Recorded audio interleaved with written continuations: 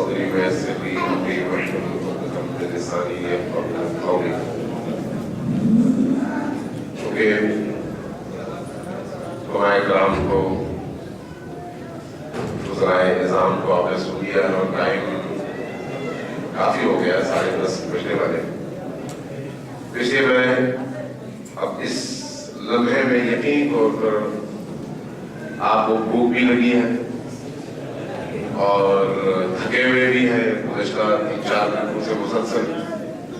اب جب آپ کھانا کھائیں گے تو اس کے بعد گھر بھی جائیں گے اور جاتے جاتے آپ کو 12 بھی بج جائیں گے.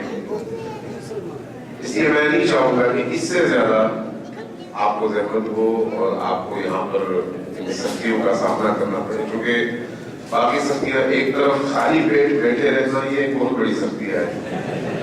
تو اس وقت آپ اس امتحان سے گزر رہے ہیں اور آپ جس آپ نے مجھے بھی اس امتحان میں ڈال دیا ہے کہ اب میں گفتگو کروں تو زباناً یقیناً آپ کچھ نہیں کہیں گے لیکن دل ہی دل میں گھسیں گے ضرور. تو اس لیے میں اس سے زیادہ آپ اور کھانے کے درمیان حائل نہیں ہوتا. اس دعا کے ساتھ کہ اللہ تبارک و تعالیٰ ہم سب کو جو باتیں ہم نے سنی ان پر عمل کی توفیق عطا فرمائے. ایک روایت چونکہ ایک نقطے کی طرف افسوس ہے کہوں گا کہ اب تک صاحب آل محمد علیہ السلام کے حوالے سے اس محفل میں گفتگو نہیں ہوئی. جبکہ آج کی رات جہاں نبی کریم کی ولادت باسعادت کی رات ہے وہیں پر صاحب آل محمد کی ولادت باسعادت کی بھی شب ہے. تو صرف ایک روایت میں نقل کروں گا اور اس کے بعد آپ کی ضرورتیں ختم کروں گا. جو لوگ تھکے ہوئے ہیں وہ ذرا اونچی آواز سے سلوات بھیجیں.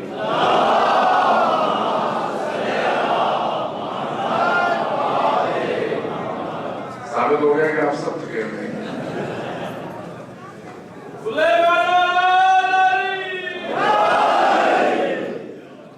آج جس ہستی کی آمد کی رات ہے ان میں صالح آل محمد علیہ السلام وہ ہستی ہے جن کے معجزات جن کا علم و فضل اور جن کی وجہ سے مکتب تشیع آج مکتب جعفری کے نام سے پہچانا جاتا ہے. ہماری شناخت جس امام کو قرار دیا گیا ہے وہ امام ہم سب پر ولایت کرتے ہیں اور ہم سب ان کی رحمتوں اور ان کی نظر عنایت کے سائے میں زندگی بسر کر رہے ہیں. اگر ہم ائمہ اطہار کی ولایت کے سائے میں زندگی بسر کرتے رہے تو یقینی طور پر دنیا اور آخرت دونوں میں ہم نجات یافتہ ہیں. ایک روایت بڑی عجیب و غریب ہے, بہار الانوار میں اس کا تذکرہ موجود ہے. ایک شخص ابن ابی یافور امام صادق علیہ السلام کے بہترین صحابیوں میں سے ہیں. آئے امام کی بارگاہ میں اور عرض کیا یا ابن رسول اللہ ابھی میں دربار خلافت سے آ رہا ہوں. توجہ چاہیے آپ کی, میں ابھی دربار خلافت سے آ رہا ہوں. میں نے دربار خلافت میں رہنے والوں اور خلیفہ کے ارد گرد زندگی بسر کرنے والوں کے اندر 3 ایسی خوبیاں دیکھی جنہوں نے مجھے حیرت زدہ کر دیا ہے. وہ کون سی خوبیاں ہیں؟ وہ یہ کہ وہ امانت دار ہیں, امین لوگ ہیں, امانت دار لوگ ہیں. دوسرا وہ وعدے کے پکے ہیں, اپنے عہد کے پکے اور عہد کی خلاف ورزی نہیں کرتے.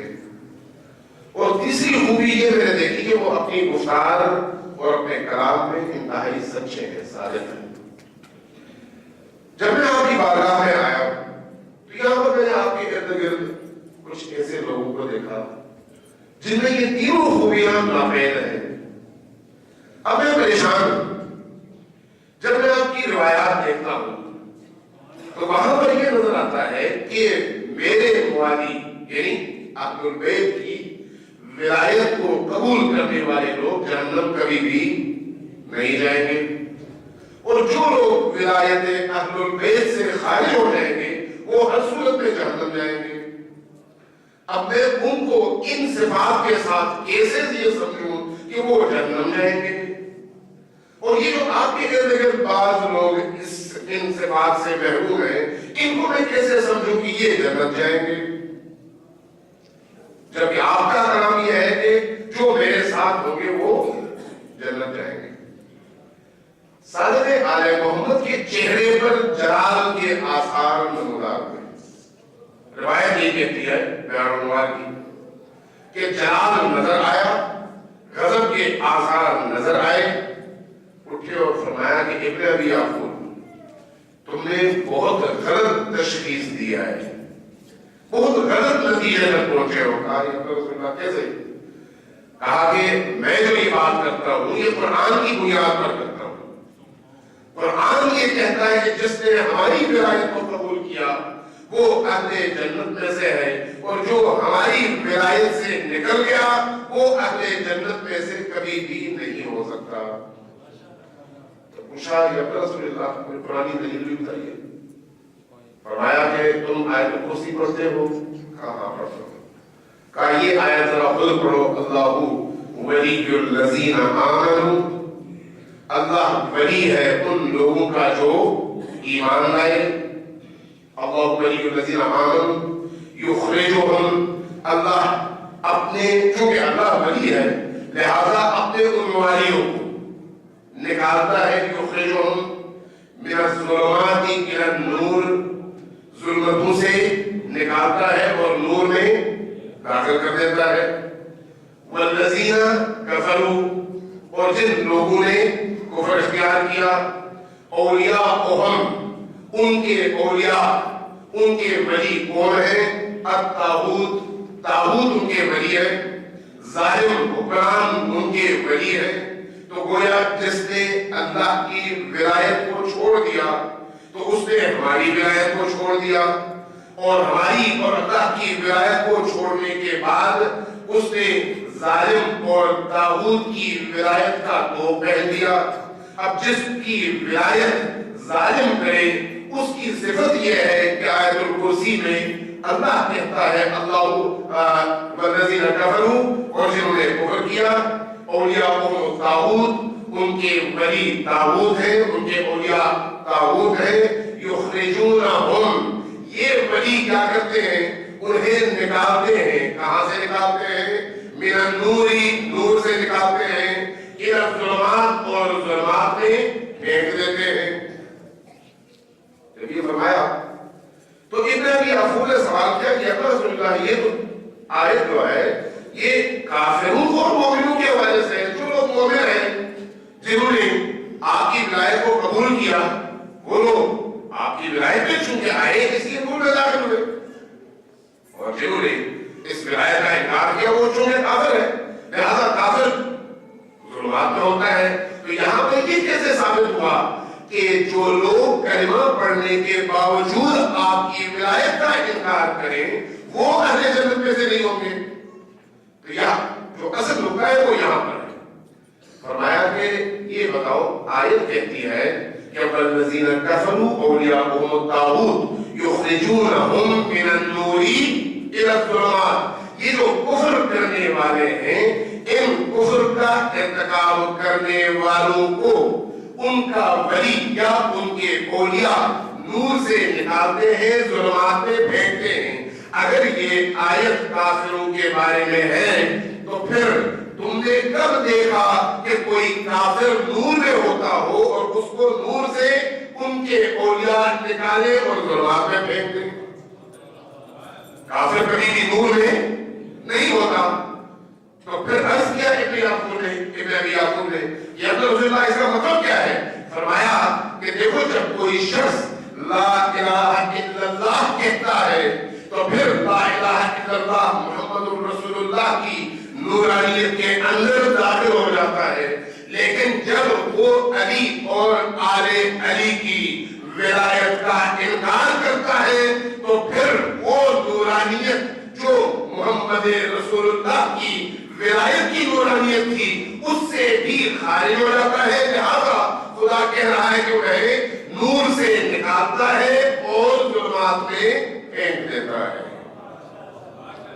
تو اس اعتبار سے یہ آیت ہم روز پڑھتے ہیں, آیت الکرسی کے اس حصے کی تلاوت ہم روز کرتے ہیں, لیکن یہ مفہوم ہمیں کہاں سے ملتا ہے؟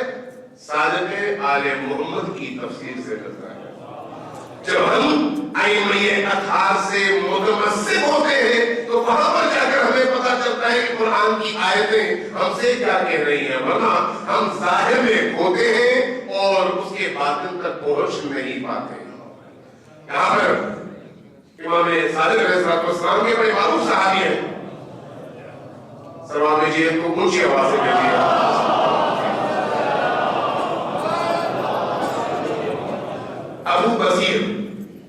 ابو بصیر صادق آل محمد کے بڑے جلیل القدر صحابہ میں سے, بڑے جلیل القدر ساتھیوں میں سے.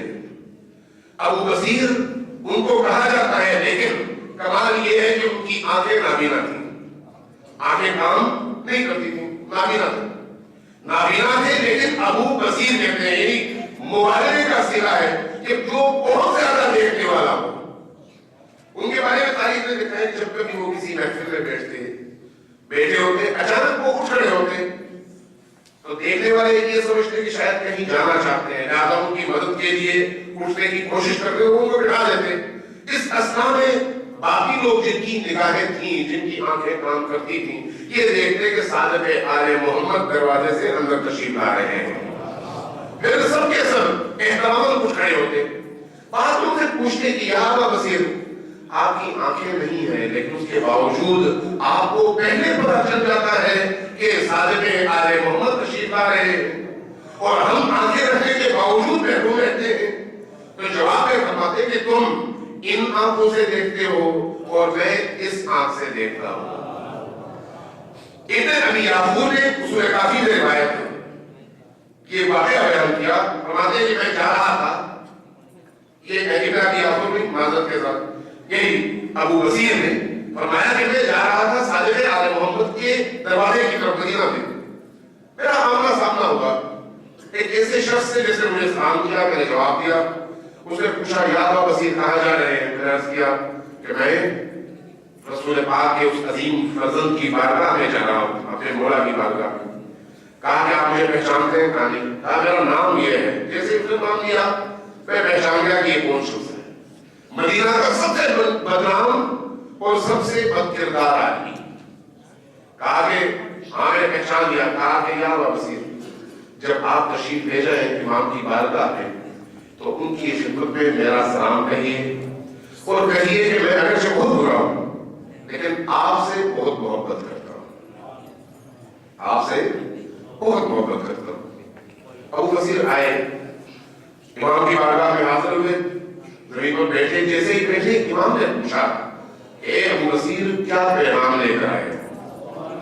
جواب میں عرض کیا یا رسول اللہ, وہ مدینے کا بدمعاش بدکردار, اس نے سلام بھیجا ہے اور کہا ہے کہ میں آپ سے بہت محبت کرتا ہوں. امام نے جواباً فرمایا کہ دیکھو ابو بصیر, جاؤ اس شخص کے پاس اور اس سے کہنا کہ صادق آل محمد نے بھی تم پر سلام بھیجا ہے, اور اسے ایک جملہ کہنا کہ اگر تم مجھ سے وعدہ کرو کہ پلٹ جاؤ گے اور جو کچھ تم نے کیا ہے اس کا ازالہ کرو گے, توبہ کر کے ہماری طرف واپس آؤ گے, ہماری ولایت کے دائرے میں داخل ہو جاؤ گے, تو پھر تمہاری جنت کی ضمانت میں لیتا ہوں. جیسے یہ کہا ابو بصیر اٹھے, واپس آئے, اس شخص سے ملاقات بھی, دیکھا, دیکھنے کے وقت کہا کہ یا ابا بصیر آپ نے میرا سلام پہنچایا؟ ہاں میں نے تمہارا سلام پہنچایا. کیا جواب ملا؟ عرض کیا کہ امام نے فرمایا ہے کہ میرا سلام کہو اس شخص سے, تم پر امام نے سلام بھیجا ہے. جیسے یہ جملہ سنا کہ امام نے سلام بھیجا ہے, سوچا کہ امام نے مجھ جیسے بدمعاش اور بدکردار شخص پر سلام بھیجا ہے. بلند بلند کر رو پڑا, اور روتے ہوئے پوچھا کہ کچھ اور فرمایا ہے؟ کہا کہ ہاں. امام نے فرمایا کہ اب بھی وقت ہے, پلٹ جاؤ, اگر لوٹ آؤ ہماری طرف تو تمہارے بہشت کی ضمانت میں دیتا ہوں. جیسے یہ سنا اٹھا کہا کہ یا ابا بصیر آپ گواہ رہیے، میں واپس لوٹ رہا ہوں. گیا، جو کچھ بھی تھا اللہ کی راہ میں دے دیا. جن لوگوں کے حقوق تھے وہ ادا کر دیے، جن کو زبان سے عمل سے تنگ کیا تھا، جن کے حقوق واجب الادا تھے وہ ادا کر دیے، جن کا مال لوٹا تھا وہ ادا کر دیا. پھر اس کے بعد دروازے پر دستک ہوئی ابو بصیر کے. دروازہ کھولا، سلام کیا. ایک شخص کھڑا ہے، کہا یا ابا بصیر میں سب کچھ دے چکا ہوں اللہ کی راہ میں، آپ کے در پہ آیا ہوں اس لیے کہ آپ سے میں کچھ کپڑے دینا چاہتا ہوں. میرے تن پر جو کپڑے ہیں ان کے بارے میں مجھے یقین نہیں ہے کہ یہ کپڑے پاکیزہ ہیں اور حلال کے ہیں، لہذا میں یہ کپڑے بھی دینا چاہتا ہوں. مجھے حلال کے ایک جوڑے کی ضرورت ہے، کپڑے کی ضرورت ہے. ابو بصیر نے اپنے کپڑے نکالے دے دیے، انہوں نے پہنا اور وہ کپڑا بھی اللہ کی راہ میں دے دیا. کچھ دن گزر گئے. ان دنوں کے گزرنے کے بعد پیغام ملا ابو بصیر کو کہ وہ شخص جو آپ کے ہاتھوں میں یوں تبدیل ہوا تھا اس کی طبیعت خراب ہے اور جانکنی کے عالم میں ہے. ابو بصیر آئے، اس کے سرانے آئے، سر پر ہاتھ رکھا. مریض نے آنکھیں کھولی، ابو بصیر کے چہرے کی طرف دیکھا اور متبسم ہوا، مسکرایا. مسکرا کے کہا کہ اے ابو بصیر میں آپ کی بدولت پلٹ گیا ہوں اور آج میں اس سٹیج پر پہنچا ہوں کہ کچھ لمحوں کے بعد میں نے اگلی دنیا کی طرف سفر کرنا ہے، لیکن یا ابا بصیر کی خوشخبری سناؤ. کہا سناؤ. کہا کہ امام نے اپنا وعدہ میرے جیتے جی پورا کر دیا ہے. کہا کیا مطلب؟ کہا کہ میں اپنا مقام دیکھ رہا ہوں. یہ کہا گردن لڑک گئی، وفات پا گئے. ابو بصیر باقی لوگوں کے ساتھ ان کی تجہیز تدفین میں مصروف رہے. جب فراغت ہوئی تو چلے گئے امام کے دروازے پر. اصول کافی میں روایت موجود ہے اور روایت کے الفاظ یہاں پر یہ ہیں کہ جیسے ہی ایک قدم ابو بصیر کا دروازے کی دہلیز کے اندر تھا اور دوسرا قدم باہر تھا، اندرونی حصے سے صادق آل محمد کی آواز بلند ہوئی کہ اے ابو بصیر ہم نے تمہارے اس دوست سے کیا ہوا وعدہ پورا کر دیا ہے. آج اس ہستی کی آمد کی رات ہے، اس ہستی سے تجدید عہد کی رات ہے، اس ہستی کے ہاتھوں دوبارہ بیعت کر کے اس کی ولایت کا ہار اپنے گلے میں اور اپنی گردن پہ پہننے کی رات ہے. اس لیے یہ عید اعظم ہے، بہت بڑی عید ہے. ربیع جب کہتے ہیں آپ، ربیع یعنی بہار، زمین کی بہار بھی ہے اور دلوں کی بہار بھی ہے. زمین کی بہار بھی اس اعتبار سے کہ کائنات کی پوری ہستی نبی کریم کے بغیر بنجر ہستی تھی.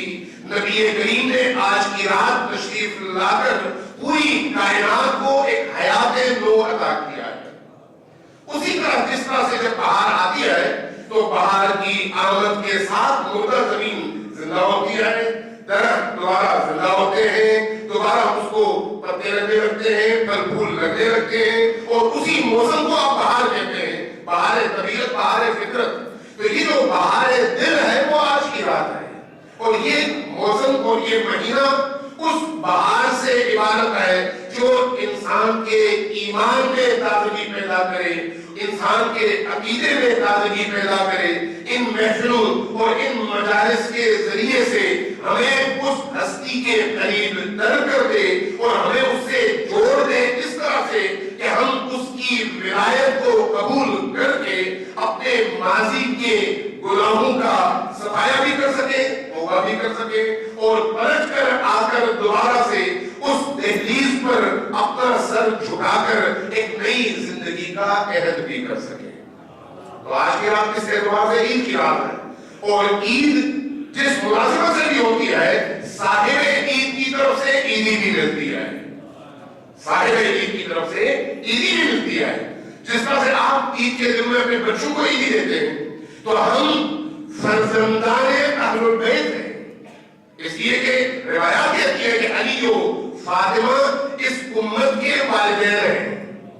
اگر علی و فاطمہ اس امت کے والدین ہیں تو ان دونوں ہستیوں سے عید وصول کرنے کی رات آج کی رات ہے. عیدی وصول کرنے کی رات آج کی رات ہے. اب یہ عیدی کیسے وصول کریں گے؟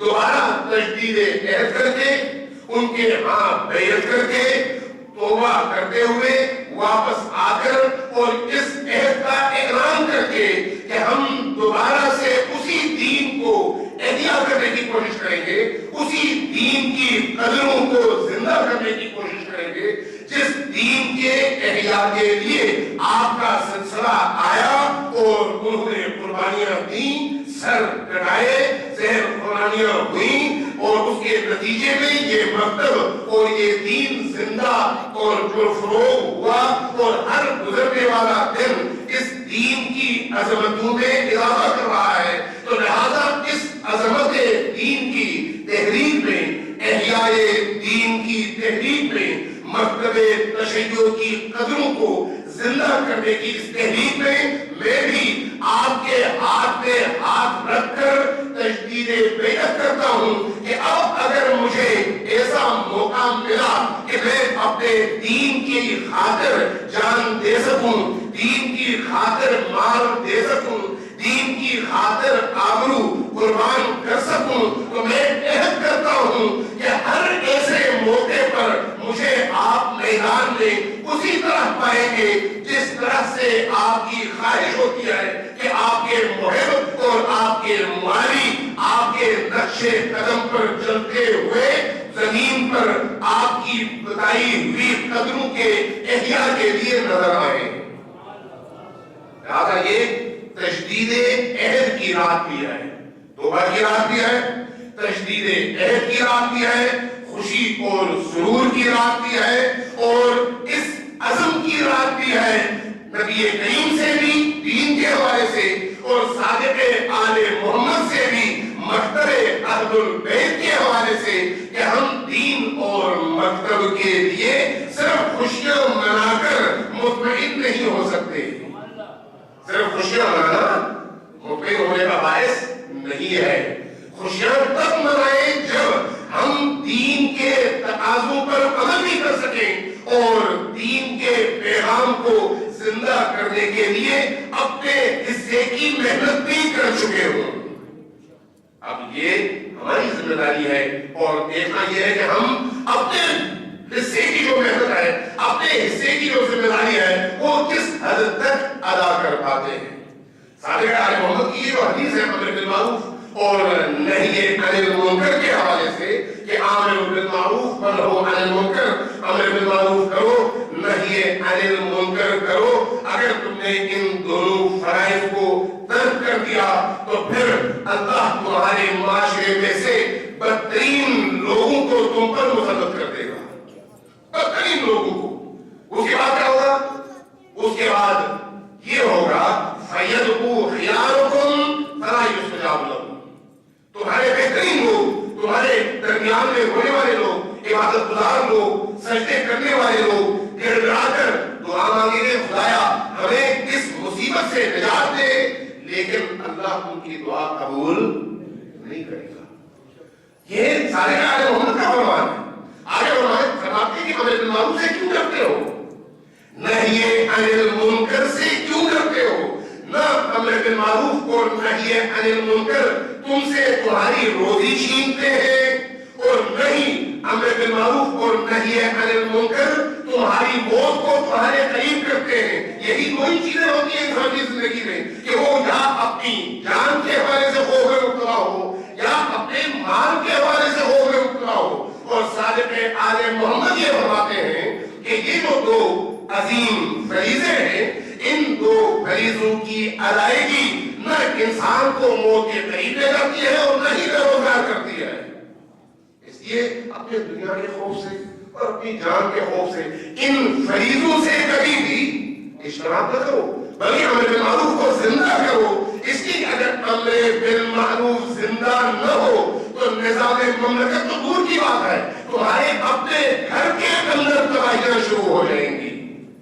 تمہارے اپنے گھر کے اندر وہ جو بنیادی اکائی ہے وہیں سے تباہی شروع ہوگی، تمہارے محلے کی تباہی شروع ہوگی، تمہاری انجمنوں کی تباہی شروع ہوگی، تمہارے اداروں کی تباہی شروع ہوگی. یہی امر بالمعروف اور نہی عن المنکر کا نہ ہونا مجرم کو شہر دیتا ہے اور مظلوم کو مظلوم سے مظلوم کر دیتا ہے، جھوٹ بولنے والوں کو قوت عطا کرتا ہے اور سچ بولنے والوں کی شخصیت کو بھی مانتا ہے اور ان کے حوصلے کو بھی پست کر دیتا ہے۔ کیوں؟